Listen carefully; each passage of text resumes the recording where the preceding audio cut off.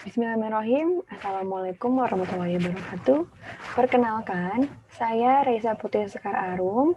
Saya adalah salah satu mahasiswi dari Universitas Pendidikan Indonesia dengan jurusan Pendidikan Geografi angkatan tahun 2019. Nah, saat ini saya akan mencoba untuk menganalisis ataupun menguji kualitas soal geografi kelas 11. Nah, untuk itu langsung aja kita mulai ya. Nah, bisa dilihat di sini sudah ada data-data yang telah diolah ya.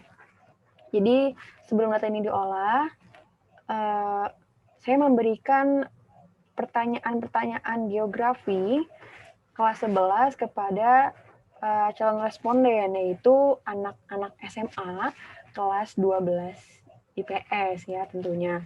Nah, setelah itu mereka sudah menjawab pertanyaannya, kemudian datanya diolah jawabannya nih. Nah, mungkin ada yang bingung juga, kenapa sih ada angka 1 dan 0 gitu ya. Nah, untuk mempermudah pengolahan data, untuk jawaban yang benar itu kita kasih angka 1 di sini. Dan kemudian untuk jawaban yang salah, kita kasih angka 0. Nah, ini untuk mempermudah juga ya seorang guru dalam mengolah data nantinya. Karena kalau misalkan ini masih dalam bentuk kalimat kayak jawaban benarnya gitu, pasti akan susah gitu ya. Jadi kita olah agar lebih memudahkan gitu ya. Nah, lanjut. Sekarang kita akan mencoba menguji kesukaran soalnya. Nah, pertama-tama ini ada rumus untuk menentukan tingkat kesukaran. Nah, rumusnya itu ya adalah P sama dengan B dibagi J.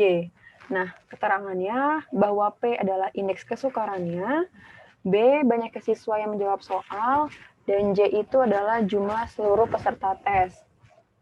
Nah, bisa kita lihat ya di sini. Nah, pertama-tama itu kita harus menghitung jumlah semua jawaban yang benar di sini. Nah, ini menghasilkan 31. Jadi kalau nggak salah di sini itu ada 43 responden ya, 43 responden. Dari 43 orang itu ada 31 yang jawab jawaban soal nomor 1 dengan benar. Nah, kemudian setelah itu kita akan mencoba untuk menghitung tingkat kesukarannya. Dengan rumus tadi ya, P sama dengan B dibagi J, atau B-nya tadi adalah banyak siswa yang menjawab soal dengan benar, dan J-nya itu adalah jumlah seluruh peserta tes.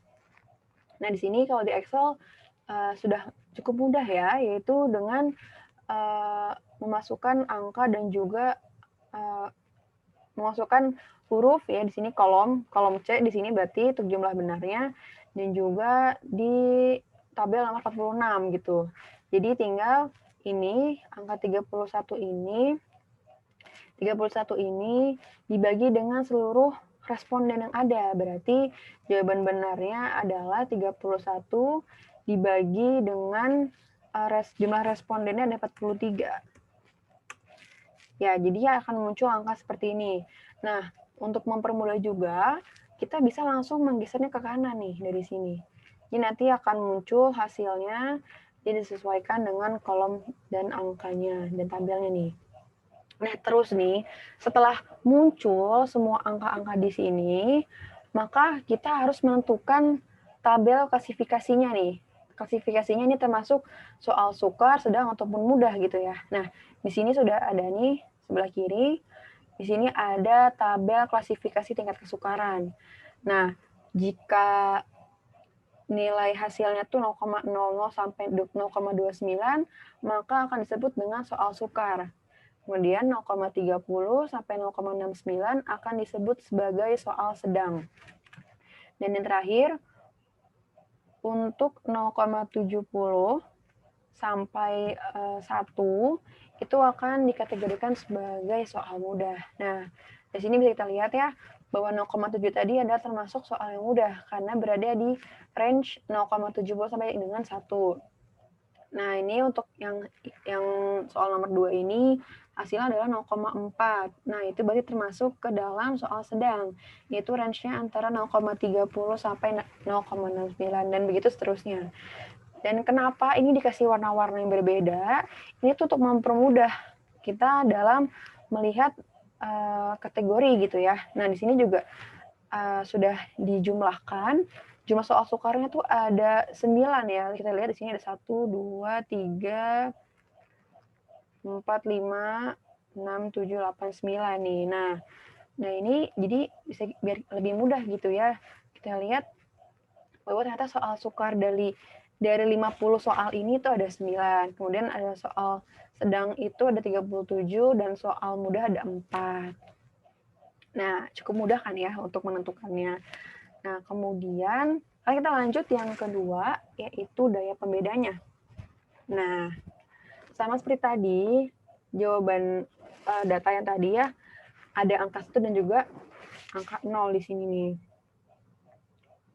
Nah, untuk daya pembeda ini sendiri, kita bagi menjadi 2 kelompok, yaitu adalah kelompok jawaban atas dan juga kelompok jawaban bawah. Nah, di sini totalnya itu ada 43 responden, maka kita bagi 2. Yang kelompok jawaban atas itu ada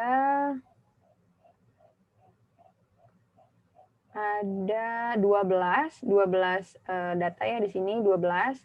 Kemudian di bawah juga ada 12 gitu ya. Oke, jadi ada jawaban kelas atas dan juga kelas bawah gitu ya. Kemudian kita lihat juga di sini, nah untuk menentukan daya pembedanya, kita harus membagi lagi atau mengklasifikasikan lagi ke dalam beberapa kategori nih ya. Nah sebelumnya mungkin kalian bingung, BA, JA, BB, JB itu apa gitu ya. Nah langsung aja, ini keterangannya. Nah untuk BA sendiri adalah banyaknya peserta tes kelompok atas yang menjawab soal dengan benar. Kemudian kalau BB itu banyaknya peserta tes kelompok bawah yang menjawab soal dengan benar. Dan JA adalah banyaknya peserta tes kelompok atas dan JB adalah banyaknya peserta tes kelompok bawah. Jadi itu sudah bisa dibedakan ya. Mungkin bisa kita lihat lagi di sini dan dipahami lagi. Nah kemudian sudah kita olah ya. Nah ini nih, berdasarkan 2 data atas dan data bawah ini, kita sudah bisa lihat bahwa BA atau banyaknya peserta tes kelompok yang menjawab soal dengan benar tuh ada 12 di nomor 1. Kemudian untuk total dari responden kelas atas itu ada 12 juga.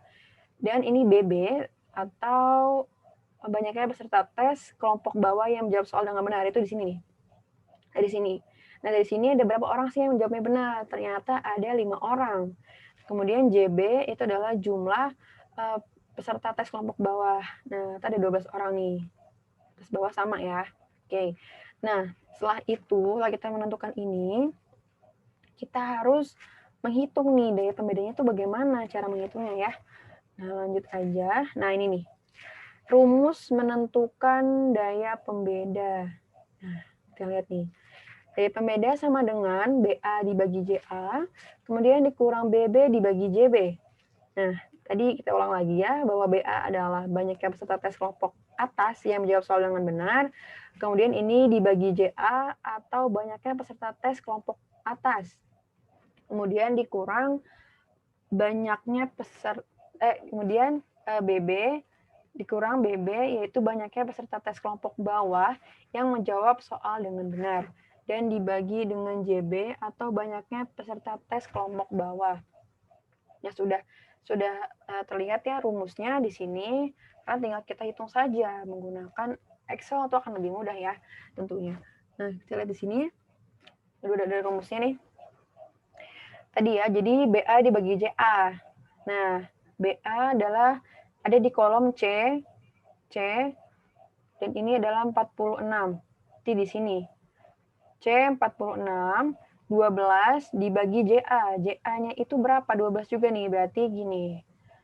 C 46 yang sini dibagi JA atau tadi JA itu adalah banyaknya peserta tes kelompok atas ya.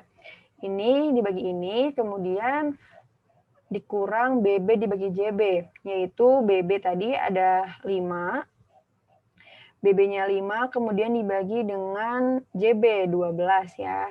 Nah, setelah ketemu hasilnya, nah jadi kita masukin ini di kolom sini biar lebih mudah gitu ya di Excel. Jadi rumusnya tadi adalah C46 dibagi dengan C47, kemudian dikurang C48 dibagi C49. Lalu kita enter dan terlihat hasilnya. Nah, untuk mempermudah lagi, sekali lagi, kita bisa langsung aja menggeser ke kanan ya. Oke.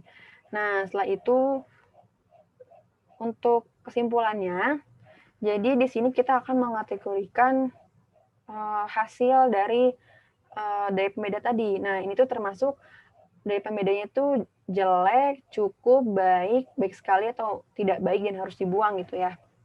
Nah, sekali lagi ada kriteria indeks daya pembedanya. Nah, dari sini nih, yaitu kisaran 0,00 sampai 0,19 itu dikatakan jelek. Kemudian kalau 0,20 sampai 0,39 akan dikatakan cukup. 0,40 dikurang 0,69 akan dikatakan baik. 0,70 sampai 1 akan dikatakan baik sekali. Dan yang terakhir negatif ya. Nah, ini kalau negatif itu berarti harus dibuang, tidak baik gitu ya. Nah, setelah ada kriteria tadi, langsung kita simpulkan saja bahwa tadi nih, coba 0,5 tadi di sini adalah termasuk ke dalam kategori baik karena di antara 0,40 sampai 0,69. Kemudian yang kedua juga sama. Nah, yang ketiga nih ada di angka 0,1. Nah, dalam 0,1 itu ada di antara kategori yang jelek gitu ya. 0,0 sampai 0,19. Nah, begitu seterusnya ya. Untuk seperti ini, dan ini juga ada 0,25 yang dikategorikan sebagai cukup ya. Nah, ini hal yang cukup mudah ya, karena memang sudah ada kategorinya masing-masing. Tinggal kita tentukan saja gitu. Terus juga kita bisa untuk mengategorikan lagi nih, lebih ke ini ya, mempermudah kita juga untuk melihat berapa sih yang baik, berapa sih yang jelek, dan berapa yang cukup, dan lain-lainnya. Setelah dihitung bahwa daya pembeda yang jelek itu ada 6, daya pembeda cukup itu ada 12, daya pembeda baik itu ada 18, daya pembeda baik sekali ada 12, dan daya pembeda yang tidak baik harus dibuang itu ada 2 gitu ya. Seperti ini. Dan diberi warna untuk memudahkan kita melihatnya gitu ya, agar tidak pusing. Baik, setelah ini selesai, dan yang terakhir saya akan mencoba ke data pengecohnya nih. Nah, data pengecoh nih. Nah, sama seperti tadi ya, bahwa data ini kita ambil dari data kelas atas, jawaban kelas atas dan juga kelas bawah. Yaitu ada 12 di atas dan juga 12 di bawah. Nah, nih tadi, jika hasil dari Google Form itu biasanya jawabannya seperti ini. Yang muncul adalah jawabannya. Nah, itu kita olah menjadi seperti ini nih. Jadi yang ini mereka menjawab pilihan ganda apa, mungkin yang B, yang A, yang C gitu ya. Nah, pertama dari sini kita olah dulu menjadi kita pisahkan lagi nih. Nah, ini tuh berarti jawabannya di pilihan ganda yang keberapa? Mungkin di A, di B, di C, di D gitu ya. Oke. Nah, terus selanjutnya saya akan mencoba untuk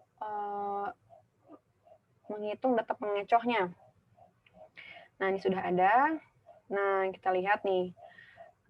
Misalnya nomor 1 ya. Nomor 1 ini. Nah, pertama-tama nomor 1 ini udah ada kunci jawabannya nih. Nah, untuk yang bisa kalian lihat juga, di sini sudah ada kunci jawaban yang sudah saya beri warna yang berbeda agar memudahkan saya juga untuk mengolah datanya. Nah, ini ada warna merah ini. Nah, untuk nomor 1 sendiri jawaban benarnya tuh ada di pilihan B. Ya, pilihan B yaitu melakukan migrasi ke tempat lain. Nah, ini nih. Ini banyak yang benar ya ternyata. Oke, lanjut. Nah, ini nih sudah diolah jadi B, itu banyak sekali.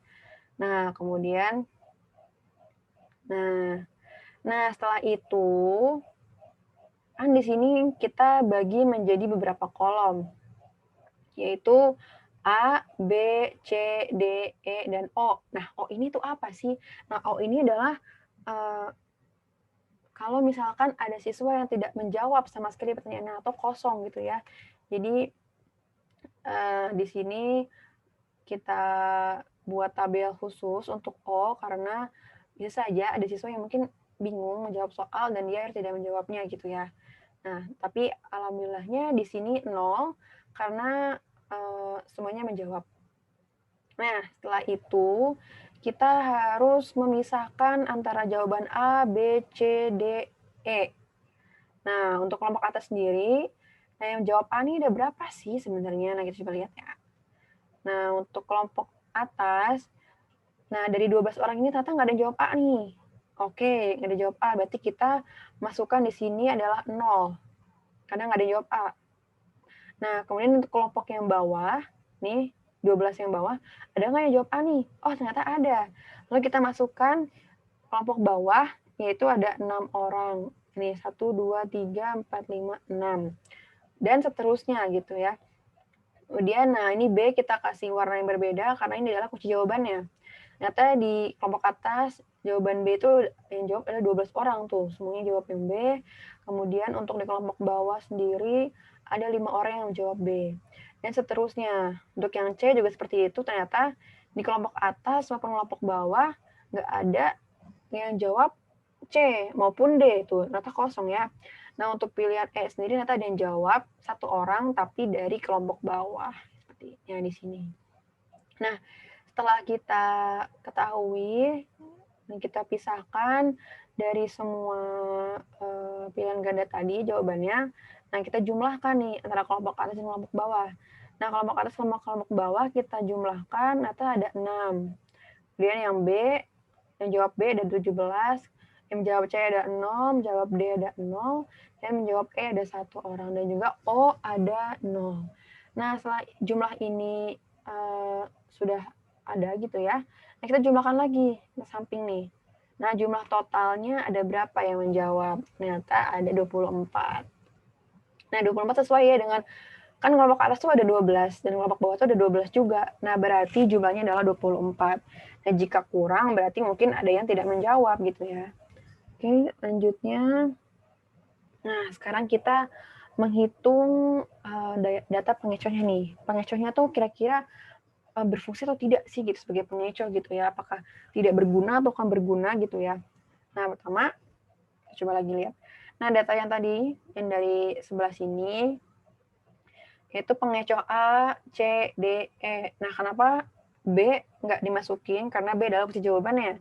Jadi kita hanya memasukkan pilihan jawaban selain jawaban yang benar gitu. Yaitu ada di pilihan A, C, D, dan E. Nah, frekuensi yang dipilih ini berdasarkan hasil jumlah ini nih. Nah, jumlah sini kita pindahkan ke sebelah sini. Oke. Nah, cara ngitung presentasinya itu gimana sih sebenarnya? Nah, boleh nih. Ya, jadi kita lihat ya, ada rumus pengecohnya. Kayak yang pertama, kita coba hitung untuk rumus pengecoh yang A. Nah, rumusnya itu adalah 6 dibagi 24 dikali 100%, lebih dari 5% sama dengan tuh berfungsi ya. Nah, jadi 6 itu apa sih sebenarnya? Nah, 6 itu adalah frekuensi yang dipilih. Nah, di sini frekuensi yang dipilih oleh responden di pilihan A adalah 6. Maka kita masukkan 6 di sini nih ya. Nah, gini rumusnya nih. 6 dibagi. Nah, terus kita harus membaginya dengan 24. Nah, 24 ini apa? 24 ini adalah jumlah dari keseluruhan responden kelas atas dan juga kelas bawah. Oke, nah itu berarti kita lanjut, berarti 6 dibagi 24, kemudian dikali 100%. 100%, kemudian kita masukkan ini adalah lebih besar dari 5%. Nah, dan itu berfungsi. Nah, jika kita masukkan ini nih, nah, H110. H110 itu adalah yang ini, 6, kemudian dibagi dengan N yang di sini nih, dibagi jumlah ini, jumlah keseluruhan, dan dikali 100%, lalu kurang dari 5%. Nah, ternyata hasilnya adalah presentasinya 25% nih. Nah, berarti kan di sini sudah jelas ya, kalau yang hasilnya lebih dari 5%, nih, berarti itu adalah data pengecoh yang berfungsi gitu ya, sebagai pengecohnya.